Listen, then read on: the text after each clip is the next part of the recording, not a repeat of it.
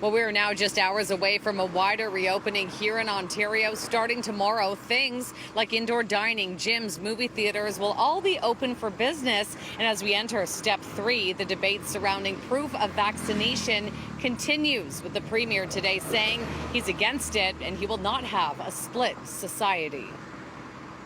Could you change your mind down the line, though, on mandatory vaccines? No? No. Hard no. Okay. No, hard no. Premier Ford dug his heels in the ground on 2 issues, saying vaccines will not be mandatory for healthcare workers and Ontario will not implement a vaccine passport. I've never believed in proof. Everyone gets their proof when they get the vaccination. You're right. Anything can be fraudulent, right down from money to certifications. I just, no, we aren't doing it. Simple as that. This comes amid a growing chorus from GTA mayors and the business community calling for guidance from the province on this. I think both the federal and provincial governments need to give the idea of a vaccine passport some serious consideration. Mississauga Mayor Bonnie Crombie is adding her voice today, saying many establishments will be requiring proof of vaccination, and without a well-thought-out system, she worries problems will arise. Will businesses and public institutions be allowed to refuse service to unvaccinated people?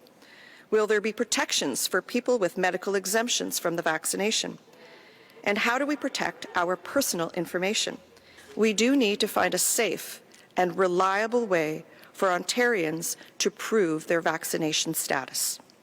But some feel Ontario's vaccine rollout is going so well, proof of vaccination won't be necessary, at least at the local level. Carrie Bowman, who teaches bioethics and global health at the University of Toronto, tells me reaching herd immunity is a good possibility. From an ethical point of view, it's an element that begins to divide people, and it begins to divide, people that can and people that can't. And, freedom of movement is really something that is in the fabric of a mature democratic society, and it does take that away for some people. Good ethics is based on good science, and from an epidemiological point of view, we don't have the evidence that we need this at this point. As we revel in low case counts at the moment, health officials are warning that the virus will begin spreading once again come fall, when kids start school and we spend more time inside. Today, the Premier gave assurance Ontario will remain open for business. Folks, eventually we got to get back to work and get things moving again. The economy will be absolutely booming as sure as I'm standing here.